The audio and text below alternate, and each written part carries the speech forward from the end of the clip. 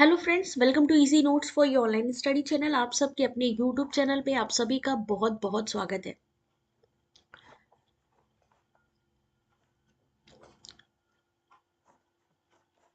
आप सभी को मेरी वॉइस आ रही है तो एक बारी जल्दी से कंफर्म कर दीजिए जिससे कि स्टार्ट कर सके हम आगे की क्लास को। यहाँ पर आज आपको जो क्वेश्चन पेपर सॉल्व करवाने वाले हैं वो है 30 अगस्त का, यानी जो लेटेस्ट क्वेश्चन पेपर आ रहे हैं वो आपको सॉल्व करवाने वाले हैं। तो जल्दी से एक बारी लाइव आ जाइए और वीडियो को लाइक एंड शेयर कर दीजिए। UGC net 2025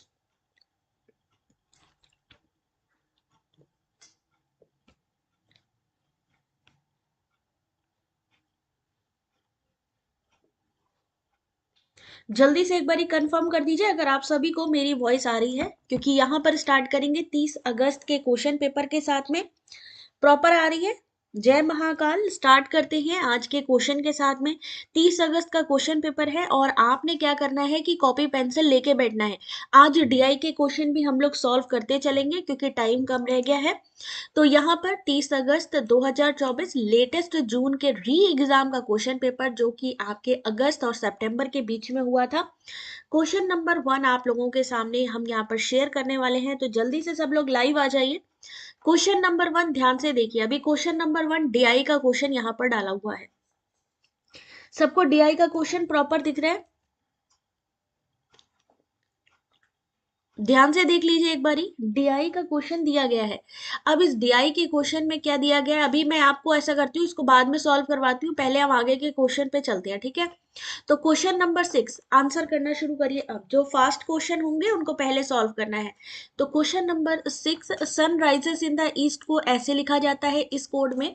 sun set in the west है, हाउस फेसेस ईस्ट को इस कोड में, और हिज हाउस फेसेस वेस्ट को इस कोड में लिखा जाता है। तो इन्होंने कहा ईस्ट और वेस्ट को कैसे लिखा जाएगा। एक क्वेश्चन आप सभी के सामने है और ये क्वेश्चन आपके 30 अगस्त के क्वेश्चन पेपर में पूछा गया है। आपको सिंपल सा कोडिंग वाला क्वेश्चन, रीजनिंग का क्वेश्चन आंसर करना है। तो जल्दी से क्वेश्चन नंबर 6 का आंसर। गोल्डी ने कहा है सी, देखते हैं सी सही है कि नहीं। बिल्कुल सही आंसर है सी, ठीक है। Sunrises in the east, east का जो यहाँ पर शब्द यूज किया गया उसका एस एस है, वेस्ट का हो गया एस यू। तो सेम चीज यहाँ पकड़ ली आपने, कोडिंग सही है। Question number 6 option number C. Question number 7,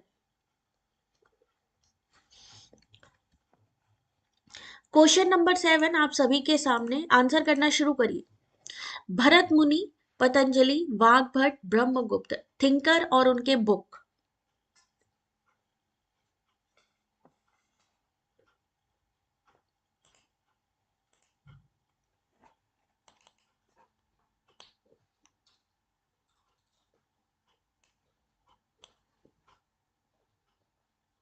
I hope सबको प्रॉपर दिख रहा है।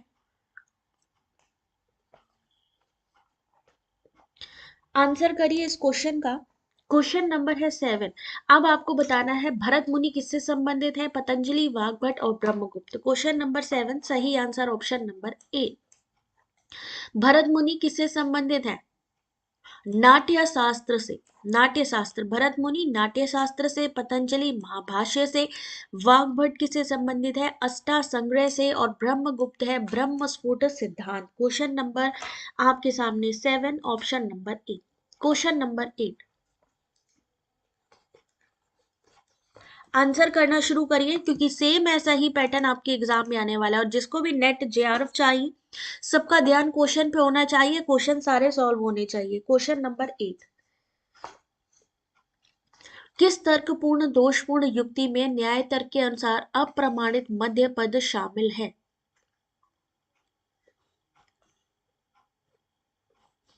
Question number 8,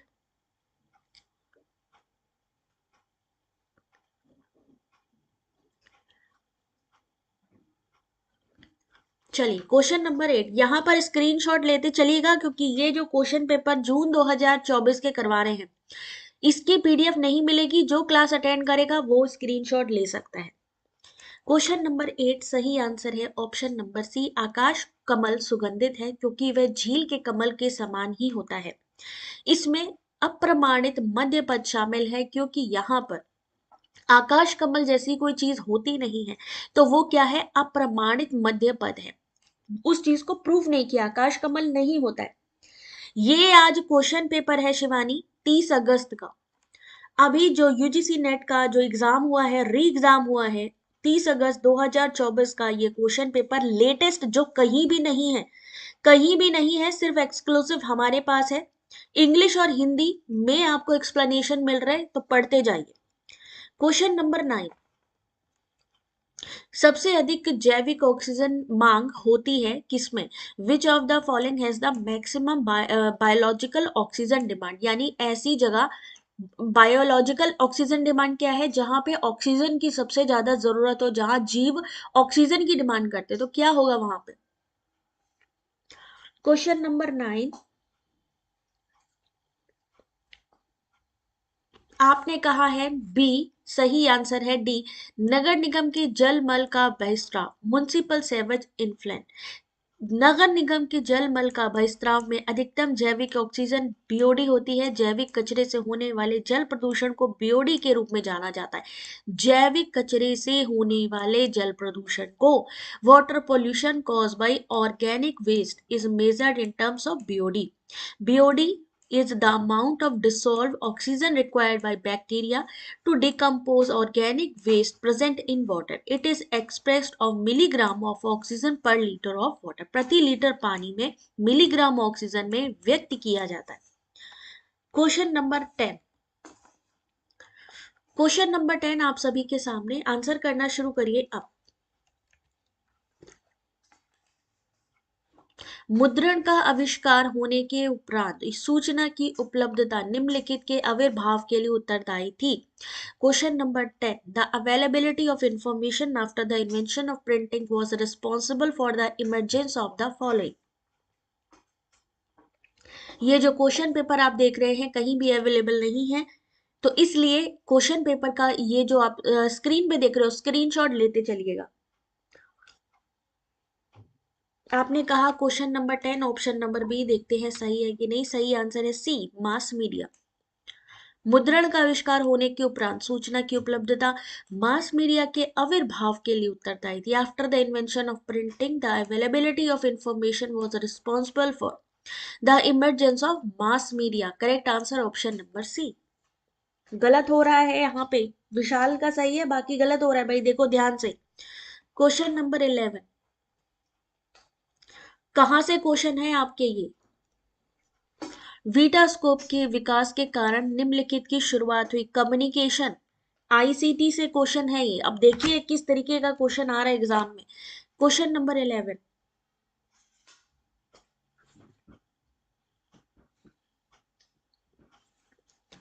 the development of Vitascope led to the introduction of the silent film era, video advertisement, television network system, the advent of computers.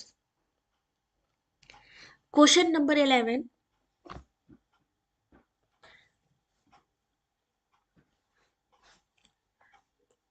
correct answer is, आपने कहा है सी। देखते हैं सी सही है कि नहीं। बिल्कुल नहीं, क्योंकि सही आंसर है ए। वीटास्कोप के विकास के कारण मूक फिल्म युग की शुरुआत हुई थी। वीटास्कोप एक मोशन पिक्चर प्रोजेक्टर था। Development of the vitascope marked the beginning of the silent film era. The Vitascope was a motion picture projector patented by the Thomas Ermeth in 1895. इसका पहली बार सार्वजनिक प्रदर्शन 23 अप्रैल 1896 को न्यूयॉर्क शहर के कोस्टर और बॉयल के म्यूजिकल हॉल में किया गया था। पहली मूक कौन सी फिल्म थी हिंदी की? तो राजा हरिश्चंद्र। कब आई थी? 1913 में। सब गलत हो रहा है, और यही पैटर्न आपके एग्जाम में आने वाला है, जो आपका एग्जाम होने वाला है। देख सकते हैं कि जून का, इसीलिए कहते हैं एग्जाम का जो लेटेस्ट पैटर्न होता है, लेटेस्ट क्वेश्चन पेपर से पता चलता है। और अगर आपने लेटेस्ट क्वेश्चन पेपर छोड़ दिया तो आप कितना मर्जी पढ़ लीजिए, आपको समझ ही नहीं आएगा कि एग्जैक्ट क्वेश्चन पूछा कहाँ से जा रहा है। अब ये जो क्वेश्चन आप लोग देख रहे हैं, ये आपके कैसे क्वेश्चन है, किसी बुक में अवेलेबल है क्या? किसी बुक में अवेलेबल नहीं है, बीच बीच से उठाया गया है। यानी एप्टीट्यूड टेस्ट एक्चुअली में अब आपका लिया जा रहा है कि आपको इसके बारे में पता है कि नहीं। क्वेश्चन नंबर 12, और सोचो जो लोग नहीं सॉल्व करेंगे ये क्वेश्चन पेपर, उनका क्या होगा एग्जाम में। क्वेश्चन नंबर 12, आंसर करना शुरू करिए।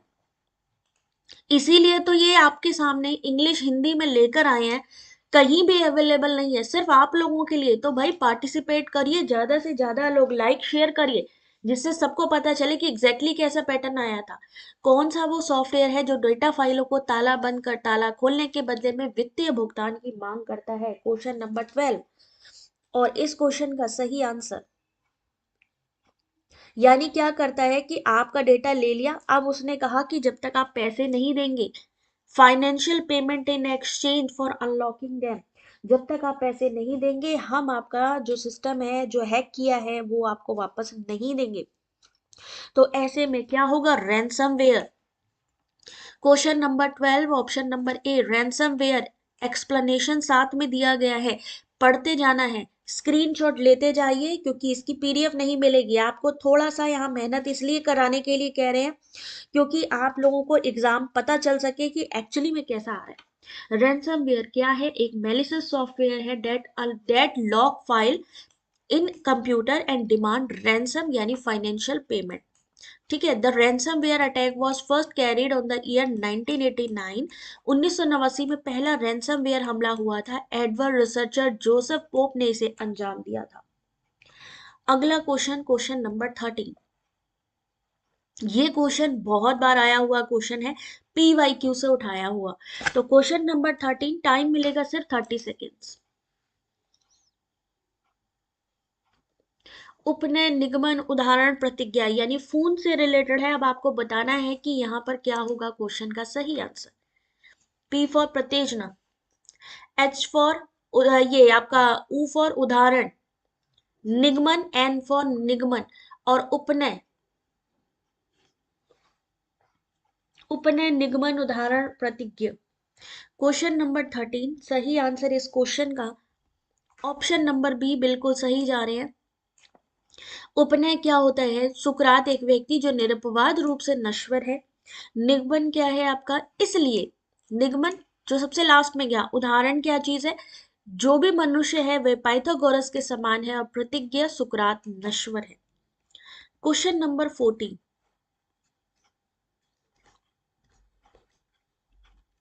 टाइम स्टार्ट कर रहे हैं अब।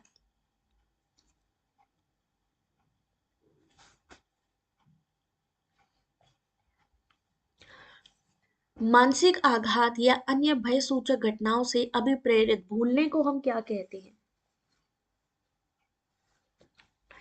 अब ये कहां से लिया गया है,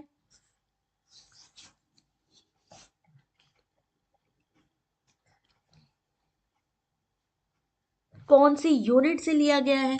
आपने कहा 14 का सही आंसर है सी, सही आंसर है ए दमन, रिप्रेशन।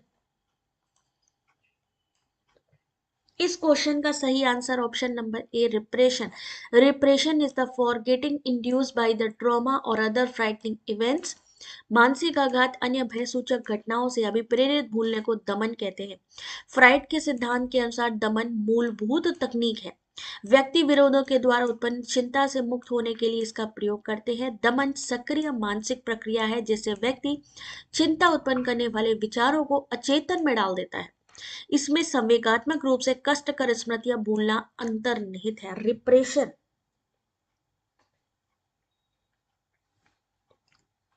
ठीक है, अब फॉर्म फिर अंकित अब नेक्स्ट सेशन पे ही आपको, यानी जून वाले एग्जाम का ही थोड़ा सा वेट करना होगा देन फिर, है ना, क्योंकि अब रीओपन नहीं होंगी एप्लीकेशंस। किस किस का सही हो रहा है किसका गलत हो रहा है। क्वेश्चन नंबर 15, आप ये देखिए कौन सी यूनिट का क्वेश्चन है, पहले तो ये पता होना चाहिए। क्वेश्चन नंबर 15 आंसर करिए। थैंक यू छोटी, बिल्कुल ठीक हूं मैं।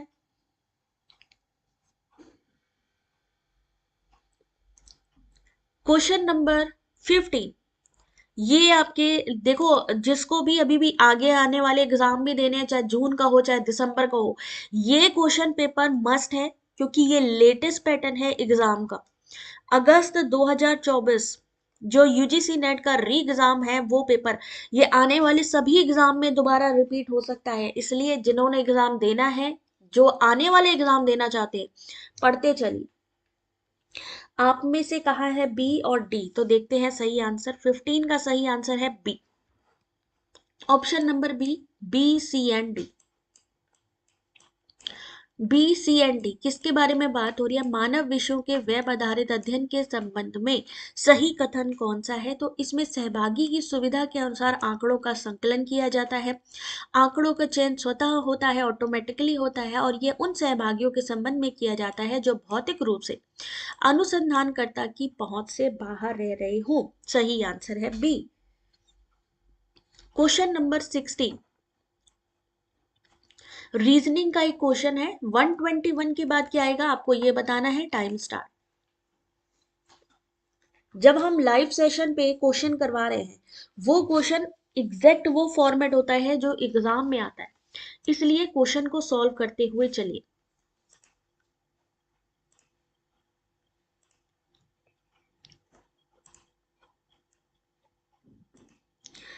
इस क्वेश्चन का सही आंसर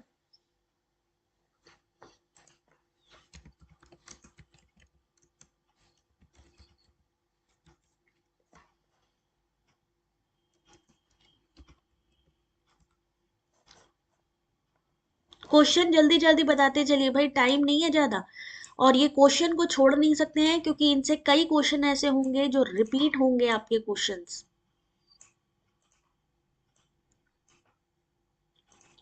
क्वेश्चन नंबर 16 सही आंसर है बी। गलत हो रहा है भाई, आज क्या हो रहा है, गलत कर रहे हैं। 1 का क्यूब किया -0, 2 का क्यूब किया -1, यानी ये बढ़ता जा रहा है, फिर 2 हो गया। सेम यहां पर हमने फिर से क्या किया, क्यूब लेते जा रहे हैं, माइनस करते जा रहे हैं। सेम ऐसे ही क्यूब लेते जा रहे हैं और संख्या आगे बढ़ाते जा रहे हैं। तो सही आंसर क्या होगा? आंसर नंबर बी, यानी 211। क्वेश्चन नंबर 17,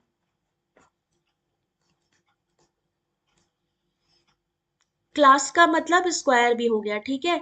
ये क्वेश्चन आंसर करिएगा, ये किससे लिया गया क्वेश्चन है? डीआई का क्वेश्चन है ये क्वेश्चन जो आप देख रहे हैं ये डीआई का क्वेश्चन है।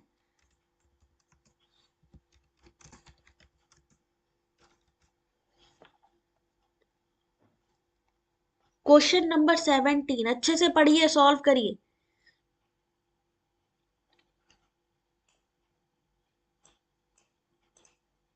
और इस क्वेश्चन का जो सही आंसर है,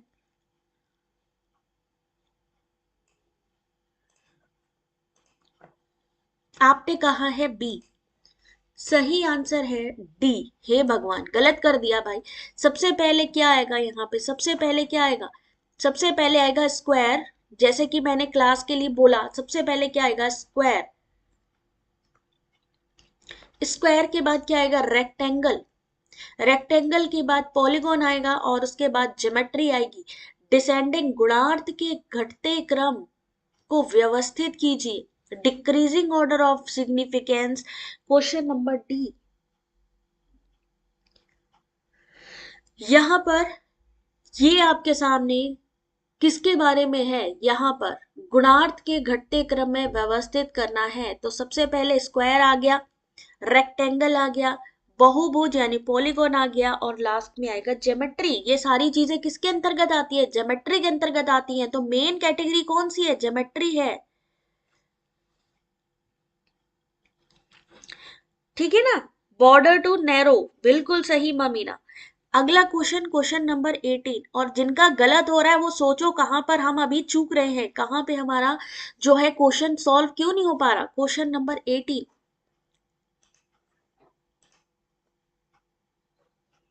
इंक्रीजिंग पढ़ लिया शबाना, कोई बात नहीं। अगला क्वेश्चन आप सभी के सामने, ये क्वेश्चन इस बार भी आएगा आपके सामने।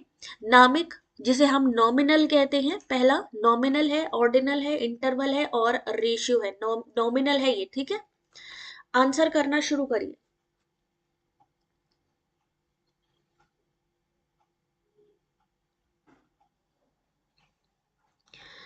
नॉमिक में क्या चीज होती है? नॉमिनल में। ऑर्डिनल में क्या होती है? रैंकिंग होती है। Interval, ratio. अगर आपको एग्जैक्टली exactly पता होगा इसके बारे में तो आप आंसर कर लेंगे। 19 का सही आंसर 19 है कि 18 है? 18 है भाई। सही आंसर है बी, बिल्कुल सही जवाब आपका। नॉमिनल में क्या आएगा? एथनिसिटी, जिसमें हम कहते हैं नजातीयता। ऑर्डिनल, जिसमें कि आपकी रैंक आती है, क्या हो जाएगा? Degree of heat. Interval, interval में आएगा डेट ऑफ बर्थ। और रेशियो में क्या चीज आएगी? रेशियो में वेट ऑफ स्टूडेंट।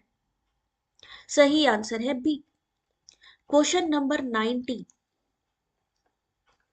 क्वेश्चन को पढ़िए, टाइम स्टार्ट हो गया अब।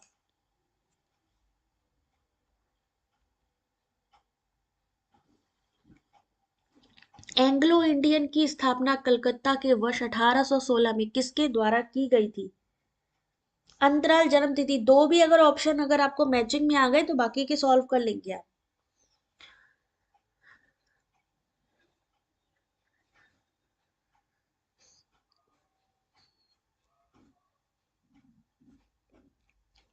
चलिए इस क्वेश्चन का सही आंसर बताइए जरा।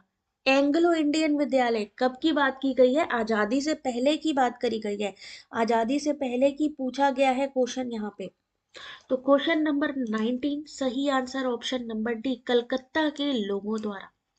एंग्लो इंडियन विद्यालय की स्थापना कलकत्ता में 1816 में कलकत्ता के लोगों द्वारा की गई थी। ये कॉलेज भारतीय भाषा, साहित्य, विज्ञान, कला के साथ युवा अंग्रेजों को प्रबुद्ध करने के लिए स्थापित किया गया था, लेकिन इसने भारतीय भाषा और साहित्य के रुख को ही बदल दिया। देख रहे हैं इस क्वेश्चन को? अगला क्वेश्चन, कितने लोगों के सही हुए, कितने लोगों के गलत हो गए? सही answer D, question number 20। Green house gas emission, question number 20। Time start हो रहा है अब।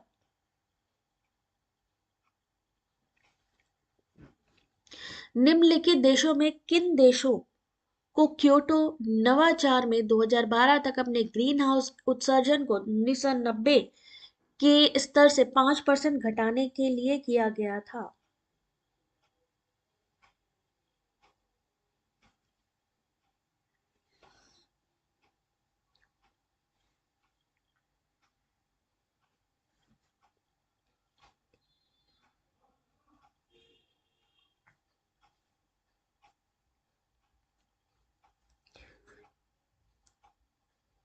चलिए आंसर करिए इस क्वेश्चन का जल्दी से।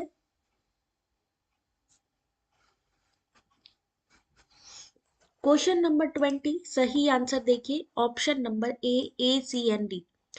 ए संयुक्त राज्य, सी रूस और डी कनाडा। संयुक्त राज्य अमेरिका, रूस और कनाडा को क्योटो प्रोटोकॉल में 2012 तक अपनी ग्रीन हाउस उत्सर्जन को 1990 के स्तर से 5% घटाने के लिए कहा गया था। क्योटो प्रोटोकॉल UNFCCC से जुड़ा एक अंतर्राष्ट्रीय समझौता है जो कि अंतर्राष्ट्रीय रूप से बाध्यकारी ग्रीन हाउस गैस के उत्सर्जन कटौती लक्ष्यों के प्रति पक्षकारों को प्रतिबद्ध करता है। यह प्रोटोकॉल जापान के क्योटो में 1997 में अपनाया गया था और 2005 में प्रभाव में आया था। ठीक है, अगले क्वेश्चन की तरफ चले।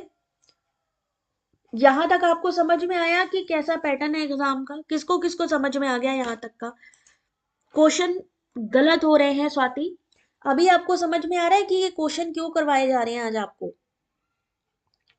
अब समझ में आ रहा है? अब एग्जाम में आप जाओगे और एग्जाम में जाकर के ऐसे क्वेश्चन को फेस करोगे, बहुत इंपॉर्टेंट है।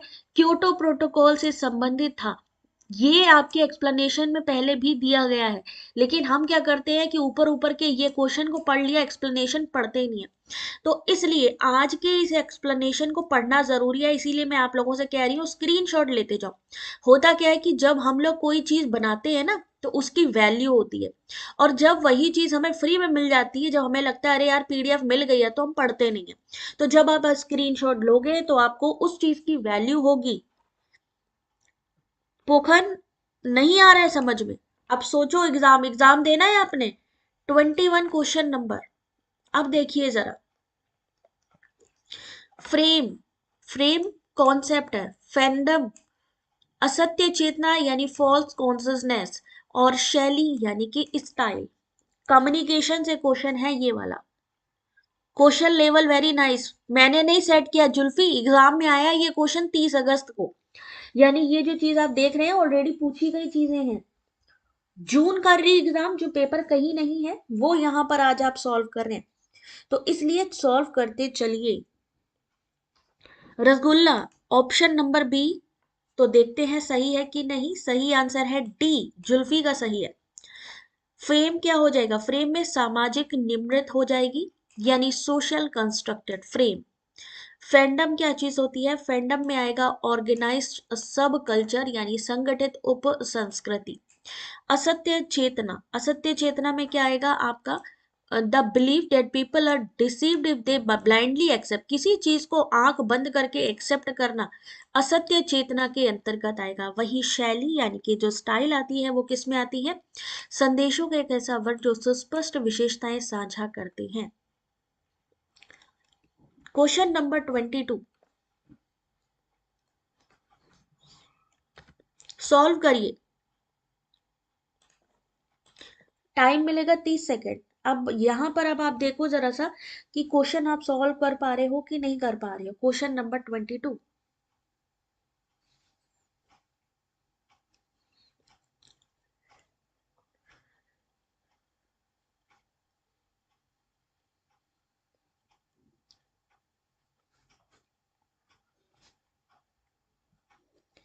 अब इस क्वेश्चन में क्या दिया गया है, अगर ये क्वेश्चन आ जाए, इन्होंने कहा कि एक व्यक्ति है जिसने 6.5% पर एक वस्तु बेची, यदि उसने उस वस्तु को 1250 अधिक मूल्य पे बेचा, यानी दोबारा फिर बेचा, तो 19% का लाभ हुआ।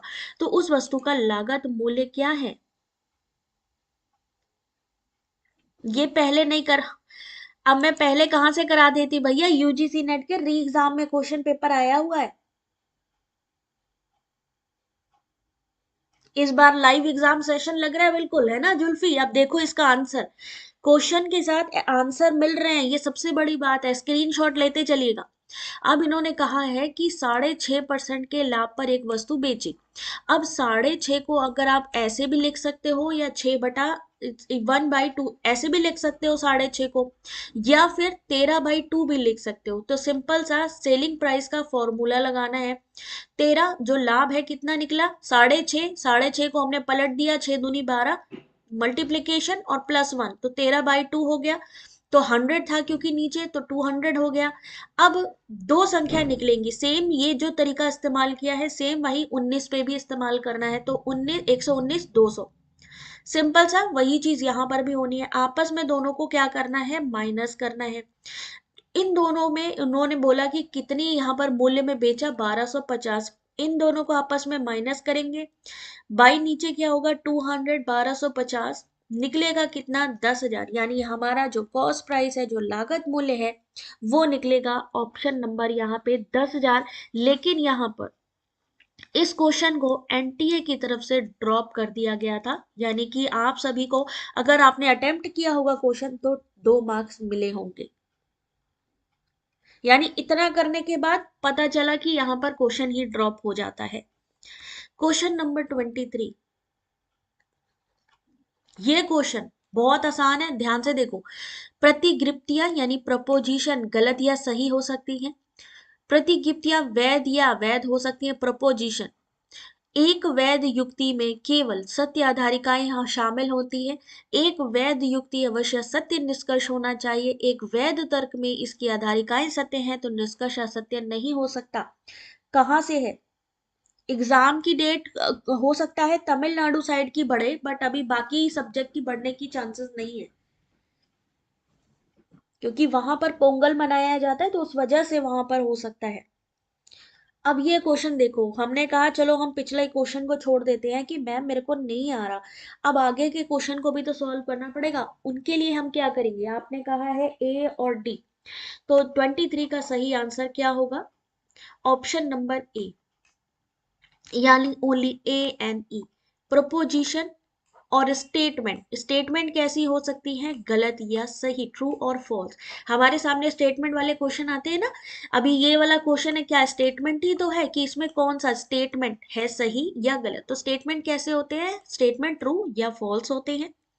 Option number E, in a valid argument if its premises are true then conclusion can not be false. अगर हमारे प्रीपोजिशंस प्रीमाइसेस सही हैं तो हमारी जो कंक्लूजन है वो भी सही ही होगी, बिल्कुल सही है, वो गलत नहीं हो सकती। तो क्वेश्चन नंबर यहाँ पर आप सभी के सामने 23, option number A. Question number 24। हाँ दीपिका, आज क्लास होगी और आज कोशिश रहेगी मैराथन क्लास लेने की, यानी कम से कम 2 से 3 घंटे की क्लास होगी आज शाम की, तो तैयार रहिएगा 6 बजे से। सब लोग 6 बजे से तैयार रहिएगा, ठीक है। मैथ्स की कितने क्वेश्चन आते हैं अभी आप लोग यही देख लेना, 2 से 3 क्वेश्चन होते हैं, इससे ज्यादा नहीं होते। किस व्यक्ति ने 19वीं सदी के आरंभ में भारतीयों के लिए पाश्चात्य शिक्षा का समर्थन किया?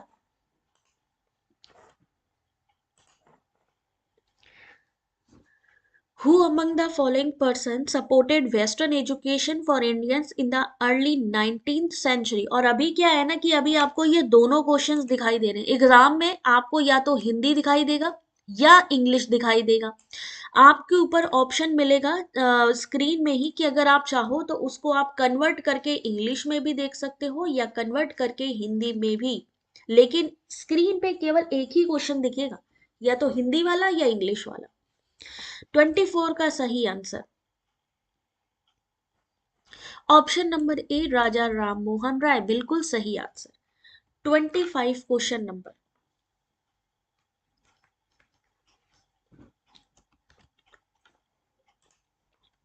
Which of the following tools would be most effective for a teacher wanting to poll student during an online teacher? अब ऑनलाइन लेक्चर, अब मान लीजिए एक उपकरण जो ऑनलाइन व्याख्यान के दौरान विद्यार्थियों के मतदान के लिए, यानी अगर हमें पोलिंग करना है ऑनलाइन तो हम किस चीज का यूज करेंगे इसमें?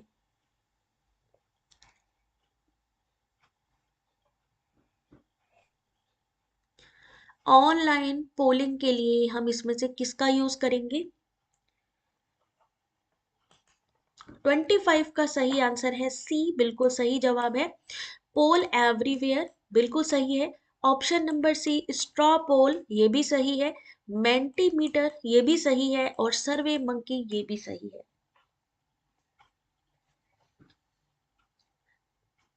अगला क्वेश्चन, क्वेश्चन नंबर 26। एनवायरमेंट का ये क्वेश्चन जरा ध्यान से देखना।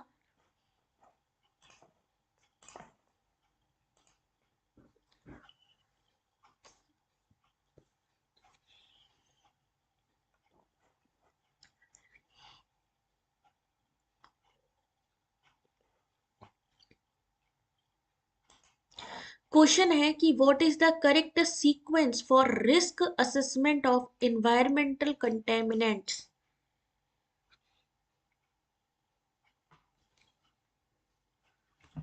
Question number 26।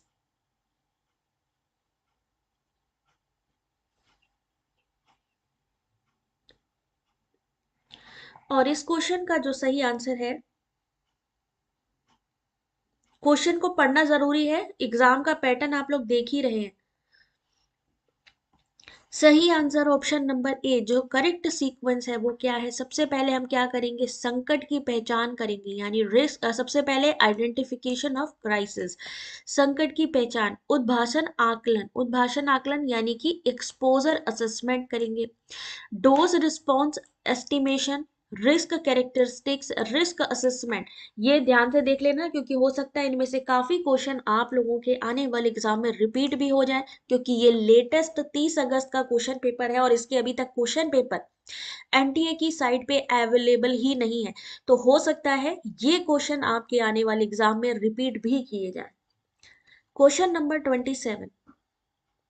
स्वयं प्रभा और उसके चैनल।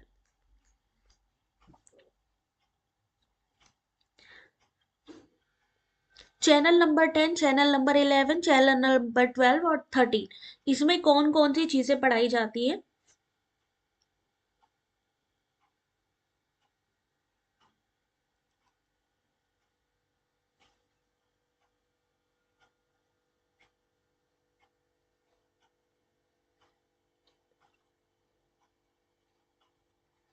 चलिए अगला क्वेश्चन यहाँ पे 27, 27 का सही answer option number B. Channel number 10 किससे जुड़ा है? चैनल अनुप्रयुक्त विज्ञान से।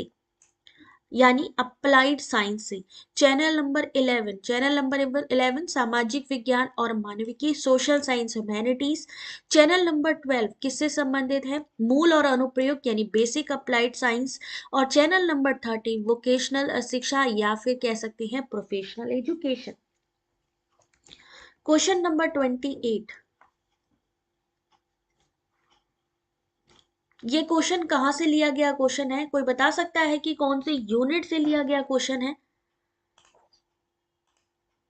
अब सोचो, अगर इसको देखे बिना आप एग्जाम में चले गए तो वहां पर आपको लगेगा कि ये कौन सा क्वेश्चन पेपर अपन सॉल्व करने आए हैं, यूपीएससी का कि यूजीसी नेट का, पता ही नहीं चलेगा। ये है रिसर्च का question. Very good Swati, research का क्वेश्चन है ये। इस क्वेश्चन का सही आंसर विशाल क्या होगा? Question number 28, which of the followings are true, इनमें से कौन सा सही है?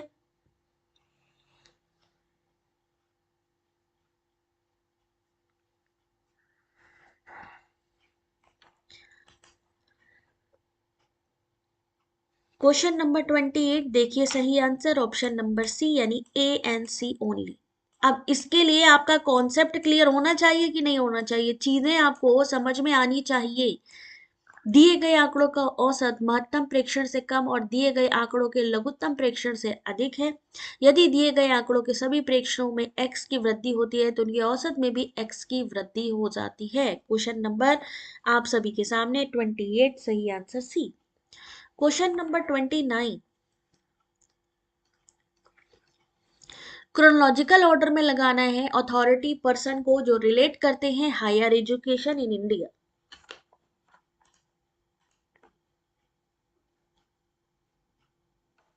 छोटी स्क्रीन वीडियो की क्वालिटी इनहेंस कर लो, क्योंकि ये दोनों ही क्वेश्चन इंग्लिश हिंदी के यहाँ पर एक साथ स्क्रीन में शेयर किए गए। एग्जाम में क्या होता है, एक ही होता है, या तो हिंदी होगा या इंग्लिश होगा, बट आप लोगों की फैसिलिटी के लिए दोनों क्वेश्चन मैंने एक साथ लगाए हुए हैं, इसलिए थोड़ी विजन में प्रॉब्लम आ सकती है। वीडियो की क्वालिटी सेटिंग पे जाके चेक करो, जिसपे भी प्रॉपर आ रहे हैं उसको इस्तेमाल करो, ठीक है। अगला क्वेश्चन आप सभी के सामने,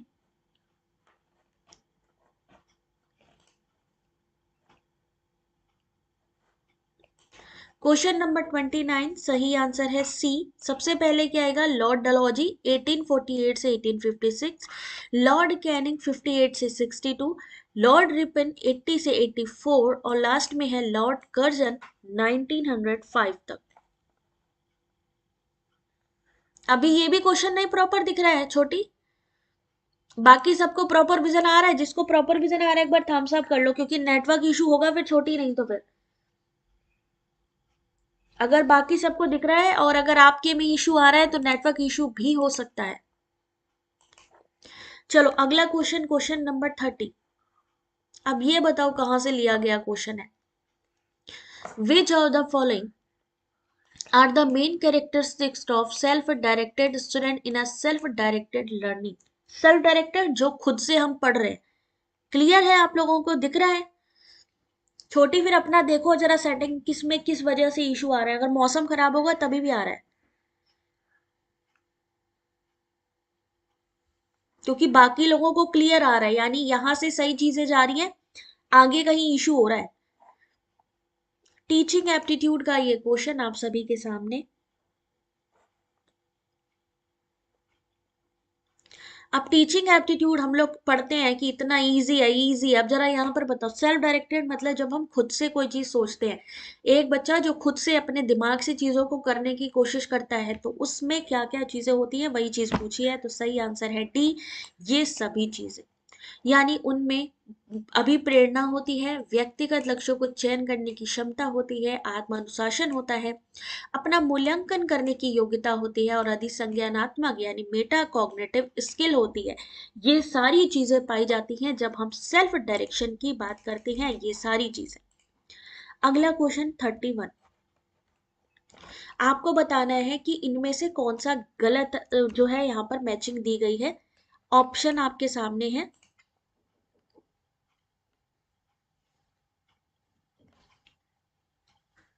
मिडी, musical instrument, digital interchange, LED, light emitting diode, MPEG, motion picture expert group और पीडीएफ पोर्टेबल डॉक्यूमेंट फॉर्मेट। इनमें से कौन सी मैचिंग जो है वो गलत है?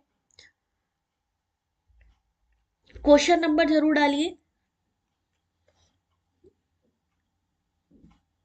जिसको भी प्रॉपर विजन नहीं आ रहा है क्वेश्चन की वजह से, बाद में आराम से रिकॉर्डेड वीडियो देख सकता है, क्योंकि लाइव में आपकी ज्यादा जो है डेटा वगैरह जाता है, तो उस वजह से भी हो सकता है इशू आए, तो बाद में आराम से देख लेना।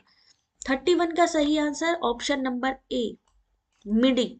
मिडी म्यूजिकल इंस्ट्रूमेंट डिजिटल इंटरफेस है। म्यूजिकल इंस्ट्रूमेंट डिजिटल इंटरचेंज की बात की गई है, इंटरचेंज ना होकर क्या है वो इंटरफेस है। ठीक है, इसलिए option number A. Question number 32, बहुत आसान सा क्वेश्चन है आप सभी के सामने। इनपुट आउटपुट प्रोसीजर और फ्लीटिंग मेमोरी या volatile memory.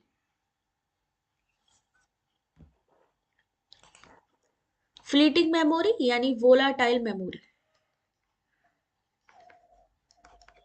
Question number 32,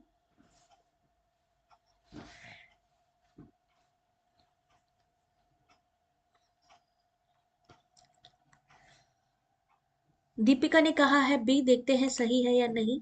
option number B बिल्कुल सही है। प्रिंटर क्या है? प्रिंटर क्या है? ऑप्शन नंबर बी इस क्वेश्चन का सही आंसर। प्रिंटर है एक आउटपुट डिवाइस। स्कैनर क्या है? Input device. रैम क्या है? Volatile memory. और सीपीयू क्या है? प्रोसीजर। देख रहे हैं ना, इस तरीके के क्वेश्चन भी आ रहे हैं, इजी भी है टफ भी है। ऐसा नहीं है कि पूरा क्वेश्चन पेपर टफ से ही भरा हुआ। क्वेश्चन नंबर 33, न्यू क्वेश्चन कहाँ से लिया गया है? देखिए जरा, सिख कन्या महाविद्यालय। आप बताइए, इंसान एंशियंट यूनिवर्सिटी पढ़ेगा, इंडिया के हायर एजुकेशन को पढ़ेगा, या सिख कन्या महाविद्यालय के लिए पढ़ेगा? अब देखो क्वेश्चन किधर चला गया है। सिख कन्या महाविद्यालय में सिंह सभा के किन सुप्रसिद्ध व्यक्तियों द्वारा लिखित पुस्तक पढ़ाई जाती थी? माई वीर सिंह द्वारा, लाला देवराज, हरनाम कौर, भाई मोहन सिंह वैद।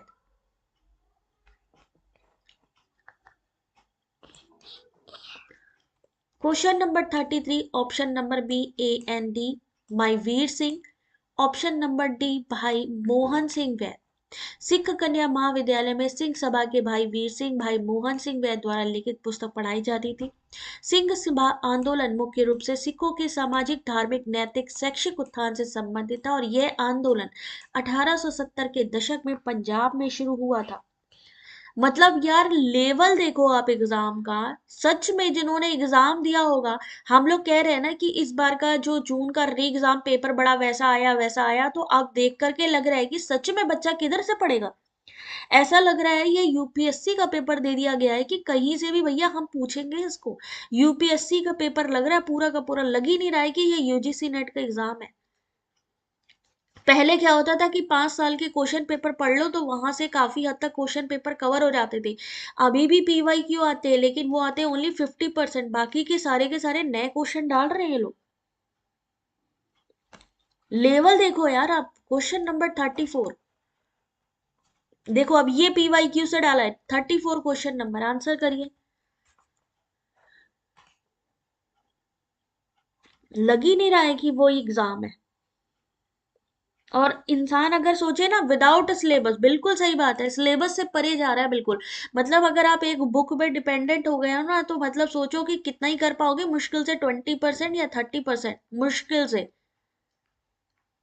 आपको अपना इसीलिए कह रहे हैं, बिल्कुल दिमाग खोलना पड़ेगा। इसीलिए जो क्वेश्चन पेपर होते हैं उनको सॉल्व करते रहिए, क्योंकि लेवल पता लगता है कि एग्जाम में कैसा पेपर आ रहा है। साहित्य चोरी संबंधी विश्वविद्यालय अनुदान आयोग का विनियम कौन सा है? 2018 के अनुसार शोध प्रबंध में कितने प्रतिशत की समानता पाई जाने पर किसी छात्र को 6 महीने के भीतर संशोधित शोध प्रबंध प्रस्तुत करना होगा? आपने कहा है सी। क्वेश्चन नंबर 34 सही आंसर है बी।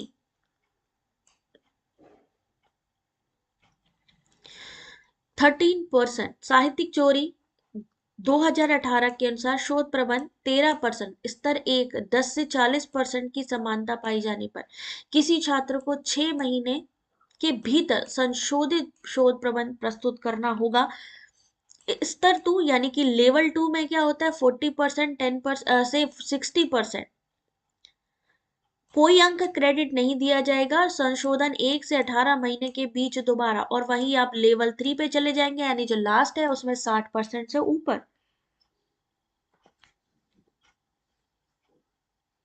ऐसे आ गए क्वेश्चन तो एग्जाम में नानी याद आ जाएगी, और जिनकी आ गई है नानी याद उनको सोचो क्या है। हाँ, जो सिटी स्लिप आई है अभी 3 जनवरी वालों की आई है। क्वेश्चन का लेवल देखो जरा, किधर से पूछ रहे हैं यार ये लोग। पहले होता था 1 2 3 4 लेवल, अब तो ये पूछ रहे हैं कि बताइए पनिशमेंट से रिलेटेड, की बताइए इतनी पनिशमेंट है तो किधर क्या होगा। 35 क्वेश्चन नंबर एग्जैक्ट ना तो किसी सिलेबस से है यार, जो सिलेबस है फेल है इसके सामने, फेल है सिलेबस आपका। और ये कहते हैं कि उस सिलेबस से पढ़िए। आप सोचिए अगर उस सिलेबस से पढ़ने लगेंगे तो किधर जाएंगे, हम लोग स्टैंड ही नहीं कर सकते। इंटरनेट पोर्टल क्या करते हैं, आईक्यू वाला क्वेश्चन है, यानी आप करंट अवेयरनेस जिसको कहते हैं ना, जनरल अवेयरनेस, वहां से क्वेश्चन दिया गया है। इंटरनेट पोर्टल क्या काम करते हैं, इंटरनेट पोर्टल का काम क्या है।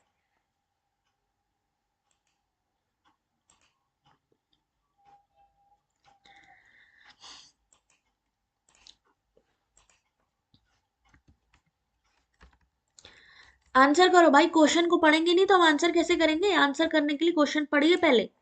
क्वेश्चन नंबर 35 पढ़ेंगे ही नहीं हम। Option number D, B C D ई।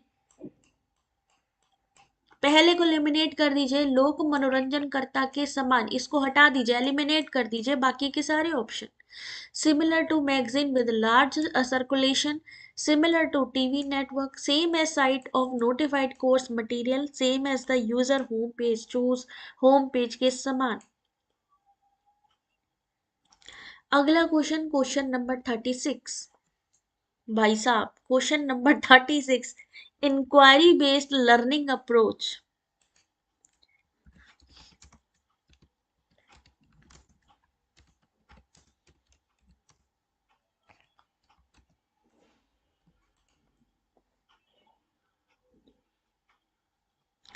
तुक्के पे चल रहे हैं आज के क्वेश्चन। सोचो आप लोगों में मोस्टली तुक्के लग रहे हैं, तुक्के कुछ ही लोग हैं जो प्रॉपर इस चीज को आंसर कर पा रहे।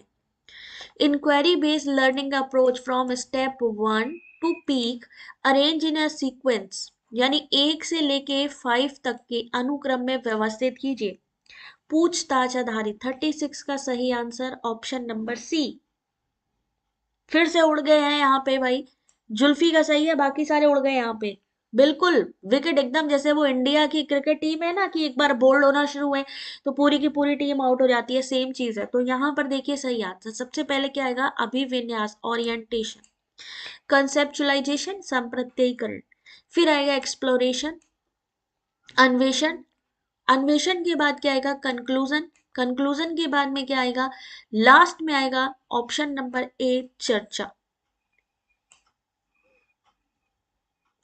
ऑप्शन नंबर सी इस क्वेश्चन का सही आंसर। अब इनके एक्सप्लेनेशन ये जो दिए गए ना, इसीलिए मैं कह रही हूँ वीडियो के स्क्रीनशॉट लेते जाओ, क्योंकि जब आप स्क्रीनशॉट लोगे तो पढ़ोगे। पीडीएफ मिलती है तो कोई नहीं पढ़ता है, तो पढ़ने के लिए आपको इन क्वेश्चन के स्क्रीनशॉट लेते चलिए।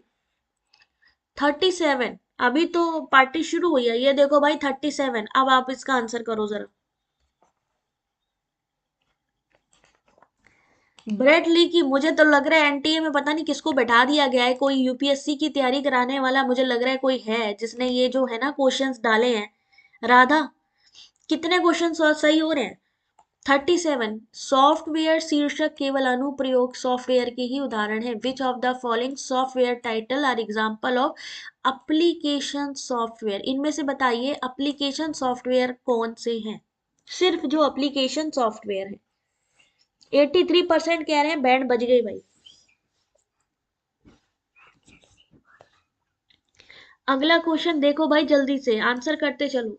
यहाँ पर आपको सिर्फ बताना है जो सिर्फ और सिर्फ एप्लीकेशन सॉफ्टवेयर है।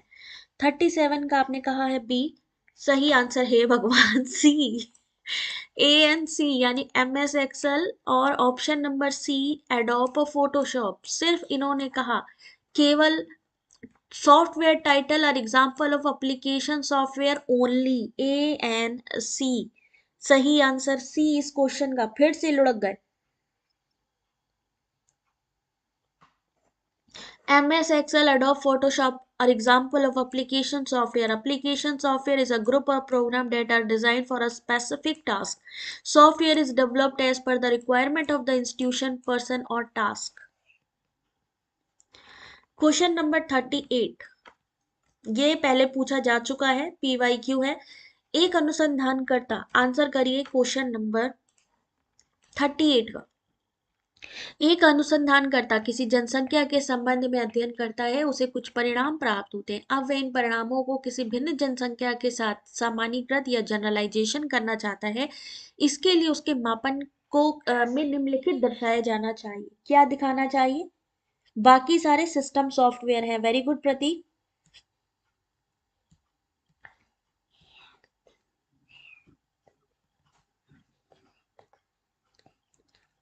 क्वेश्चन नंबर 38 आपने कहा है ए, देखते हैं सही है या नहीं।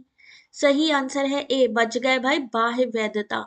एक अनुसंधानकर्ता किसी जनसंख्या के संबंध में अध्ययन करता है, उसे कुछ परिणाम प्राप्त होते हैं। अब वो इन परिणामों को किसी भिन्न जनसंख्या के साथ सामान्यीकृत करना चाहता है। इसके लिए उसे बाह्य वैधता को दर्शाया जाना चाहिए। बाह्य वैधता से तात्पर्य उस सीमा से है जिस तक किसी अध्ययन के परिणामों को अन्य स्थिति समूहों या घटनाओं पर सामान्यीकृत किया जा सके। बेहतर आंतरिक वैधता अक्सर बाह्य वैधता की कीमत पर ही आती है। 39 question number conversion. Question number 39 conversion वाला एक क्वेश्चन आप सभी के सामने।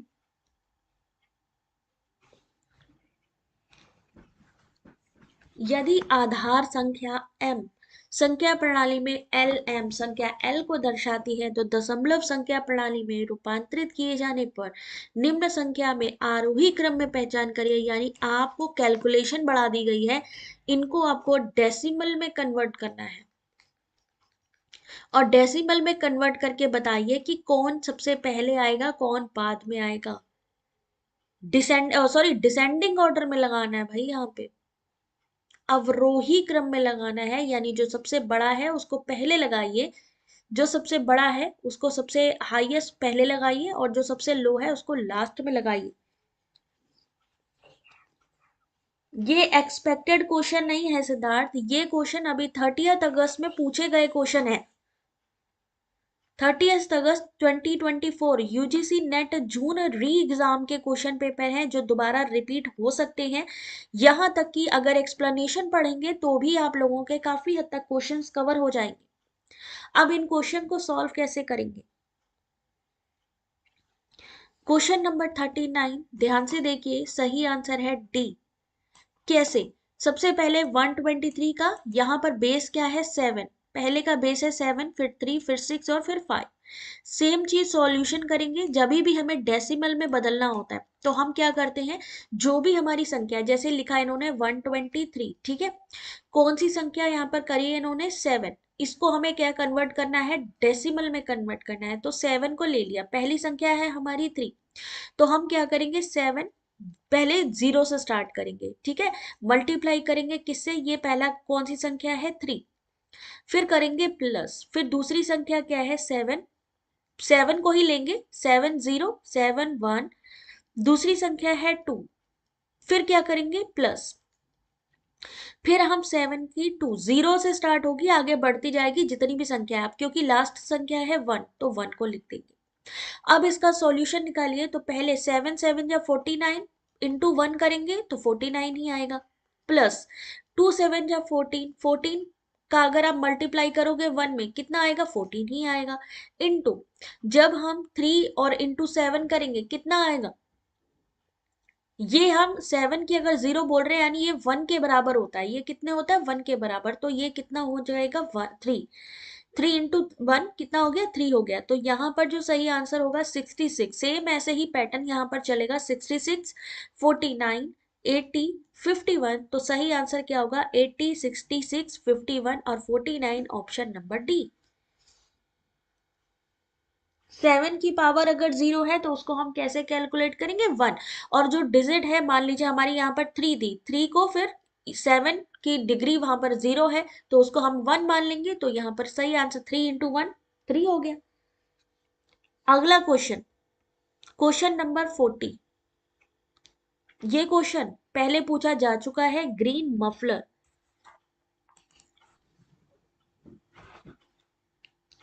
क्वेश्चन नंबर 40, ग्रीन मफलर किसके लिए इस्तेमाल किया जाता है?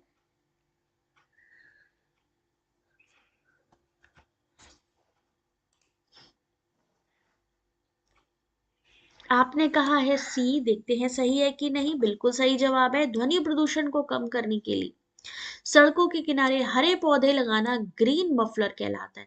जो आपने देखा होगा रोड के किनारे किनारे जो पौधे लगे होते हैं, हरे हरे पौधे लगे रहते हैं, उनको ग्रीन मफलर। ग्रीन मफलर अधिक आबादी वाले ध्वनि प्रदूषण वाले क्षेत्र जैसे सड़कों के किनारे, औद्योगिक क्षेत्र, राजमार्गों के आसपास के रिहायशी इलाकों में 4 से 6 पंक्तियों में वृक्षारोपण कर ध्वनि प्रदूषण को कम करने की एक टेक्निक है, ताकि घने पेड़ ध्वनि प्रदूषण को कम कर सके, क्योंकि पेड़ ध्वनि को फिल्टर करते हैं और इसे नागरिकों तक पहुंचने में इसे रोकते हैं। 41 क्वेश्चन नंबर, फैलेसी का एक क्वेश्चन आप सभी के सामने है। या तो तृतीय विश्व के लोगों की बलपूर्वक नसबंदी की जाए, या विश्व की जनसंख्या में विस्फोट होगा और हम सभी लोग मर जाएंगे। हम निश्चित रूप से मरना नहीं चाहते, इसलिए हमें तृतीय विश्व के लोगों की बलपूर्वक नसबंदी करनी चाहिए। उपर्युक्त युक्ति में कौन सा अनाकारी तर्क दोष है?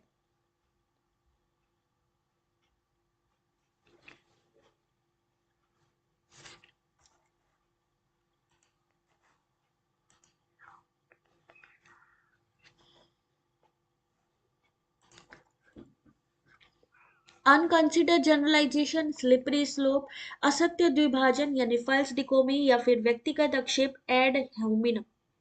41 का सही आंसर है सी, फॉल्स डेकोमी यानी सत्य द्विभाजन। असत्य द्विभाजन यानी फॉल्स डिकोमी नामक अनाकारिक दोष मिथ्या द्वैतवाद एक तार्किक भ्रांति जो दो विकल्पों को इस तरीके प्रस्तुत करती है जैसे कि वो एकमात्र ही संभावना हो। False dichotomy is a logical fallacy that present two option. दो ऑप्शन उन्होंने दिए हैं कि या तो हम उनकी नसबंदी करा दें, या फिर विश्व की जनसंख्या में विस्फोट हो जाएगा। दो ऑप्शन दिए, as if they are the only possibility. उनके हिसाब से केवल यही दो पॉसिबिलिटीज हैं। तो यहाँ पर जब इस तरीके का ऑप्शन हो तो क्या हो जाएगा, ऑप्शन नंबर सी, असत्य द्विभाजन। 42, ये क्वेश्चन पीवाईक्यू से है आपकी, ऑलरेडी आपको पता है एयर पॉल्यूटेंट्स के बारे में। आंसर करिए, इनमें से कौन सा वायु प्रदूषक माना जाता है? ये क्वेश्चन कोई भी नहीं करवा रहा, कहीं भी नहीं है जुल्फी ये क्वेश्चन। और सबसे बड़ी बात है, अगर कहीं अवेलेबल होगा भी नहीं इन केस, तो कुछ ही क्वेश्चंस होंगे, बाकी सारे नहीं है। और हम आपको डेली बेसिस पे सारे करवा रहे हैं। इससे पहले के भी जून के एग्जाम के ऑलरेडी क्वेश्चन हमारे लाइव सेक्शन पे आप लोग देख लीजिएगा, ठीक है। तो क्वेश्चन हम जून री एग्जाम की कोशिश करें कि पूरे के पूरे करवाएं। 42 का सही आंसर, लाइक शेयर भाई करते जाना जिसको भी अच्छे लग रहे हो। 42 का सही आंसर, इस क्वेश्चन को आयोग ने इसका उत्तर विकल्प डी माना है, जो कि गलत है। Commission has considered option D as the wrong answer. सही आंसर क्या होगा, फ्लाई ऐश होगा, इसमें होगा धूम कोहरा यानी स्मॉग भी होगा। स्मॉग के अलावा और क्या चीजें होनी चाहिए? इस क्वेश्चन को ड्रॉप किया गया है। एयर पॉल्यूटेंट आर सूट, है ना, जिसको कज्जल कहरा कहते हैं, या type of particular matter that is a mixture of solid particle, fly ash, pollutant produce from coal fired smog. Question number 43, आप देखो कम्युनिकेशन का एक और क्वेश्चन, जरा ध्यान से देखना। 43 का आंसर।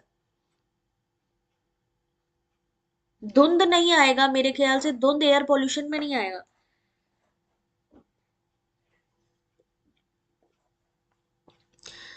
हेरोल्ड इंडिस के द्वारा अभिनत संचार मीडिया का कालक्रमिक अनुक्रम यानी क्रोनोलॉजिकल ऑर्डर कौन सा है? उसमें प्रॉपर ऑप्शंस नहीं है ठीक से, इसलिए उसको महादेव बाबा है ना प्रॉपर, उस क्वेश्चन को इसीलिए हमने लेफ्ट किया। एयर पॉल्यूटेंट कौन कौन से होते हैं, बस आप लोग उस चीज का ध्यान रखो। क्वेश्चन नंबर 43, सबसे पहले कौन सी चीज आई थी? सबसे पहले जब हमारे ग्रंथ लिखे गए, सबसे पहले उस समय क्या था? भोजपत्र था। जैसे ही आप भोजपत्र को देखोगे, ऑप्शन नंबर बी आपका सही हो जाएगा। सबसे पहले क्या आया? भोजपत्र आया, भोजपत्र के बाद कागज आया, कागज के बाद समाचार पत्र आए, फिर आपका रेडियो आया और फिर आया टेलीविजन। भोजपत्र सबसे पहले आया था। तो ये इजी क्वेश्चन है, बस थोड़ा सा दिमाग से सॉल्व करोगे तो आराम से सॉल्व हो जाएंगे, ठीक है। अगला क्वेश्चन, क्वेश्चन नंबर 44, ठीक है। ये क्वेश्चन आई गया 44। अरे रे रे रुको रुको भाई, 43 यहाँ पे है। 43 क्वेश्चन है, 2 क्वेश्चन एनटी की तरफ से ड्रॉप किए गए थे, लेकिन अभी डीआई बाकी है भाई। 5 क्वेश्चन आरसी के बाकी है। आरसी किसी दिन मैं एक साथ ही आप लोगों को करवा दूंगी, रीडिंग कॉम्प्रिहेंशन की कैसे सॉल्व करना है। बट अभी जरा डीआई के क्वेश्चन देख लो, यानी 43 क्वेश्चन जो हमने सॉल्व किए हैं आरसी को छोड़ के। चलो भाई डीआई के क्वेश्चन पे आ जाते हैं अब हम लोग। कब का पेपर है मैंने आप लोगों को बताया, 30 अगस्त का लेटेस्ट क्वेश्चन पेपर है जो सॉल्व करें। चलिए यहां पर आते हैं डीआई के क्वेश्चन पे, ठीक है। अब सबसे पहले डीआई में हम किस चीज को देखते हैं कि स्टेटमेंट में तो नहीं कुछ लिखा हुआ। तो स्टेटमेंट में अगर आप देखो तो कुछ नहीं लिखा हुआ है, उन्होंने सिर्फ सिंपल सी बात की है कि 2018 से 23 के दौरान आईटी कंपनी है, उसमें कार्यालय दी गए हैं और A B C D E F, और वहां पर डेटा दिया गया है। सिंपल सा एक क्वेश्चन है, A B C D E, percentage वाला क्वेश्चन नहीं है। सॉल्व हो जाएगा जल्दी से, ध्यान से सॉल्व करो बस। कॉपी पेंसिल लेके बैठो, एग्जाम में रफ पेपर मिलेगा ही मिलेगा। What is the difference between the average number of employee working in office D and office E for all the given 6 year? अब आपको क्या करना है, सिंपल सा आंसर समझना, आंसर आंसर बता रही हूँ। ऑप्शन डी का, ऑफिस डी का पूरा एवरेज निकाल लो, ऑफिस ई का एवरेज निकाल लो, टोटल कैलकुलेट करो, एवरेज निकालो। एवरेज कितने निकालेंगे, कितने साल है? 6 साल। यानी ऑफिस डी के टोटल एम्प्लॉय काउंट करो, 6 साल से डिवाइड कर दो। टोटल एम्प्लॉय काउंट करो, 6 से डिवाइड कर दो। और जब ये दोनों आंसर निकल आए उनको आपस में माइनस कर दो। तो आपके सामने डी ऑफिस कहाँ है हमारा? डी ऑफिस रहा ये, डी ऑफिस रहा ये, और ई ऑफिस रहा ये। अब डी और ई को जल्दी से मैं थोड़ा सा जूम कर रही हूँ आप लोगों के लिए। डी और ई को कैलकुलेट करो जरा, डी और ई को टोटल करिए जल्दी से। डी को टोटल करो, 240, 224, 248, 270, 236 और 258, इसको टोटल कर लो। जब हम एवरेज निकालेंगे तो इस टोटल को, कितने सालों की बात करी इन्होंने, कहा 6 सालों में। तो 18, 19, 20, 21, 22, 3, 6 साल है। तो डी का जो टोटल होगा उसमें आपको 6 से भाग दे देना है। ई को टोटल कर लो, 280, 304, 316, 332, 340, 348। कुछ लोग इतने एक्सपर्ट होते हैं कि यहीं से ही डायरेक्ट कैलकुलेशन करते हैं, उनको कुछ और करने की जरूरत नहीं होती, सिंपल सा यहीं से ही। अब इसको कैलकुलेट करो, इसको भी 6 से भाग दे दो, यानी दोनों का एवरेज निकल आएगा। जब दोनों का एवरेज निकल जाए तो आपस में माइनस करो। सोनम हो जाएगा बेटा, जितना हो सके। अपनी प्रीवियस ईयर क्वेश्चन पेपर की बुक अवेलेबल है, यूथ कंपटीशन की बहुत अच्छी बुक है, आप हमारे टेलीग्राम से भी ले सकते हो। वहां से अपने क्वेश्चन पुराने देखने स्टार्ट कर दो, तो जितना भी हो सकेगा ना काफी हद तक कवर हो जाएगा। बाकी जो हमारी रिवीजन क्लासेस हैं उसको अटेंड करो, जिससे कि लाइव एक्सपीरियंस मिल सके। कितने लोग सॉल्व कर रहे हैं क्वेश्चन को, और कितने लोगों को लग रहा है कि हमें सॉल्व करने की जरूरत नहीं है क्योंकि एग्जाम में देखा जाएगा। तो यकीन रखो, अगर अभी नहीं सॉल्व कर पाए ना, अभी तो आपके पास फिर भी ऑप्शन है। घर बैठे हो, कंबल के अंदर बैठे होगे, खाना खा रहे होगे, कुछ भी कर रहे होगे, फिर भी आप सॉल्व कर सकते हो। एग्जामिनेशन हॉल में दिमाग काम नहीं करेगा। यहाँ तो मैं फिर भी तरीका बता रही हूँ आप लोगों को, मुझे जल्दी से बताएंगे डी और ई का टोटल। सॉल्व करोगे तो जेआरएफ ले जाओगे, नहीं सॉल्व करोगे तो बाद में पछताओगे। डी का टोटल बताइए जल्दी से मुझे, और ई का बताइए सिंपली। मुझे आंसर चाहिए। आंसर का मतलब है कि आप मुझे ये बताइए कि टोटल डिफरेंस क्या है। स्वाति टाइम क्यों चेंज कर दिया बेटा? एक्चुअली क्या है ना कि थोड़ा सा टाइमिंग इस वजह से है, मेरी बेड भी छोटी है, ठीक है ना, तो इस वजह से मेरे को टाइम का थोड़ा सा इशू रहता है, हॉस्पिटल ड्यूटी में है। अच्छा अच्छा अच्छा अच्छा, कोई बात नहीं दीपिका, अभी तो सॉल्यूशन मैं दिखाऊंगी, जो कर सकते हैं वो लोग सॉल्व करें, अदरवाइज कोई दिक्कत नहीं है, आंसर तो मेरे को दिखाना ही है। अब देखो ध्यान से इस क्वेश्चन का सही आंसर देखो, अब जरा टोटल करेंगे इसका। क्या कहा था, 6 से भाग दे दीजिए, जब करेंगे तो 246, कोई टेंशन नहीं है, ठीक है। फिर दूसरी संख्या ली हमने, ई को ले लिया, हमने डी को ले लिया, सेम चीज है, एवरेज निकालेंगे, इन्होंने कहा औसत संख्या, तो कितना हुआ 246 और 320 आपस में माइनस कर देंगे, सही आंसर क्या आएगा, ऑप्शन नंबर ए 74, है ना। तो क्या डिफिकल्ट है ये क्वेश्चन? बिल्कुल डिफिकल्ट नहीं है, सिंपल सा, दोनों में एवरेज निकालना था और आपस में माइनस कर देना था। 464, 464 कौन सा है? अगला क्वेश्चन देखिए, क्वेश्चन नंबर 2, डीआई का क्वेश्चन नंबर 2, ध्यान से देखो, अभी समझ में आ जाएगा, तरीका समझ लो, बाकी तो अपने आप आ जाएगा। इन्होंने क्या कहा, इन्होंने कहा सिर्फ अनुपात निकालिए, किसका अनुपात निकालना है, employ working in all the 6 offices in the year 2018 and 19, यानी 2018 का टोटल कर लीजिए सभी के लिए, और 2019 का कर लीजिए, 2018 और 2019, जल्दी करिए जरा सा, टोटल करो। 290 लिख लो चाहो तो, नहीं समझ में आए, 176, 222, 240, 280 और 272, टोटल कर लिया।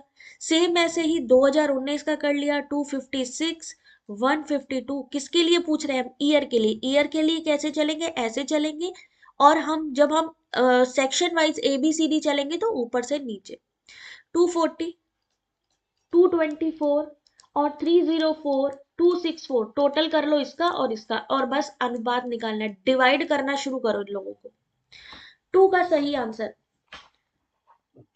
1480, जैसा कि आपको बताया, इसका निकला 1480, इसका निकला 1440, डिवाइड करेंगे, पहले तो जीरो जीरो हटा दो, आप 148 और 144 को ऐसी संख्या से काटो जिससे कि दोनों के दोनों डिवाइड हो सके। ऑप्शन सी करेक्ट है, बिल्कुल सही बात है, 37 36 सही आंसर है।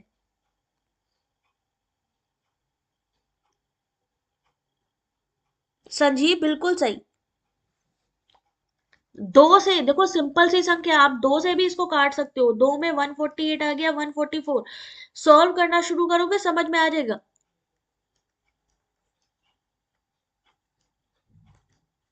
सॉल्व करो इसको और सॉल्व कर लो, सेम संख्या से कटना चाहिए। कितना आया, 37 36, यही तो पूछा गया है, 37 36। क्वेश्चन नंबर 3, कार्यालय एफ में ठीक ठीक कितने वर्षों में गत वर्ष की तुलना में कार्यरत कर्मचारियों की संख्या में 6% वृद्धि से अधिक रही है? ऑफिस इन हाउ मैनी, कौन सा ऑफिस, एफ,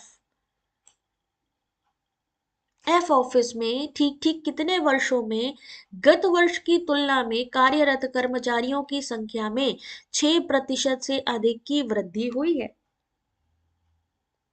शीतल आपके पेपर 30 तारीख का पेपर था ये वाला, 30 अगस्त का। निवेदिता क्या आंसर होगा बेटा इसका?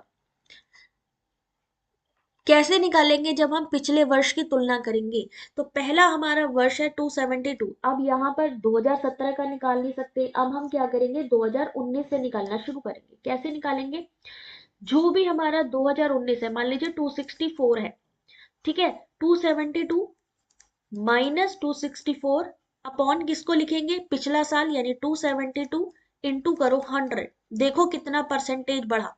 सेम ऐसे ही फिर अगली संख्या पे चले जाओ, 280 माइनस करो 264, अब देखो यहाँ पर बढ़ रहा है घट रहा है, इनटू करो कितना पुराना, यानी 264 इंटू 100, पुराना साल, ये पुराना साल है और नया साल ये है। परसेंटेज निकालते जाओगे तो सही आंसर क्या निकलेगा?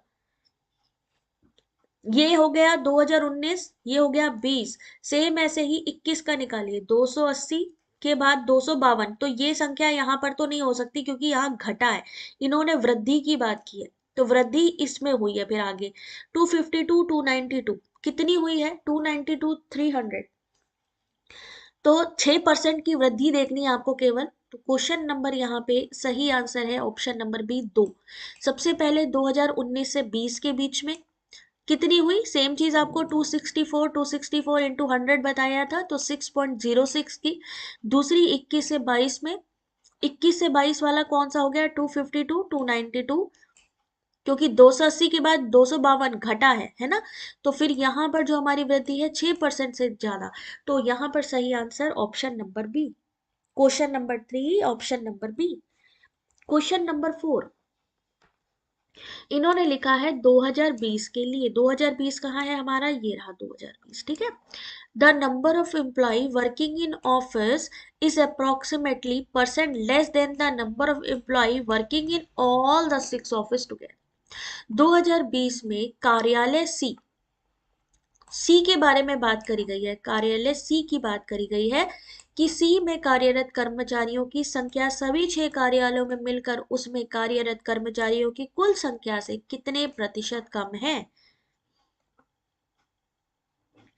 क्या करेंगे? सी का कितना है? 264, टोटल भी कर लो 2020 का, इनका टोटल कर लो,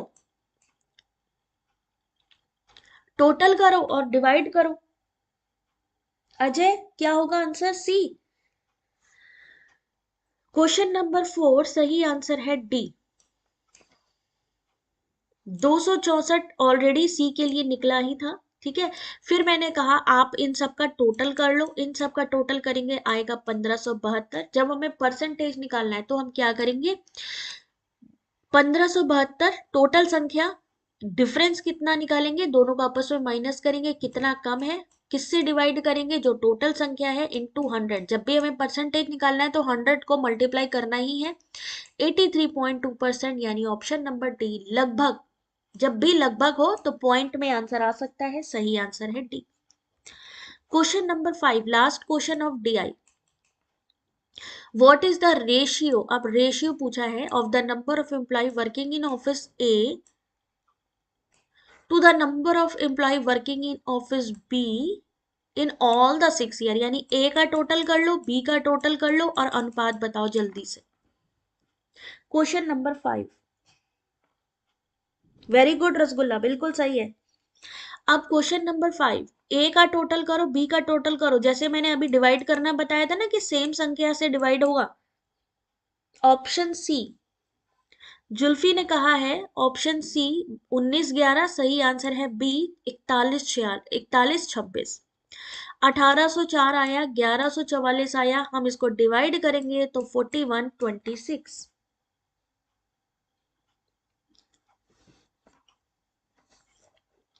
ध्यान से देख लो क्वेश्चन, ऑप्शन।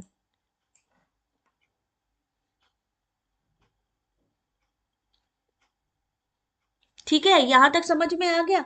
डीआई समझ में आ गई? जरूरी नहीं है कि हमेशा डीआई टफ ही आए, कभी कभी इजी भी आती है, और ये इजी लेवल ही है डीआई का। यानी अगर आपने ये 5 क्वेश्चन सॉल्व कर लिए तब समझो 10 नंबर आपके कंफर्म, कहीं नहीं जा रहे 10 नंबर आपके कंफर्म।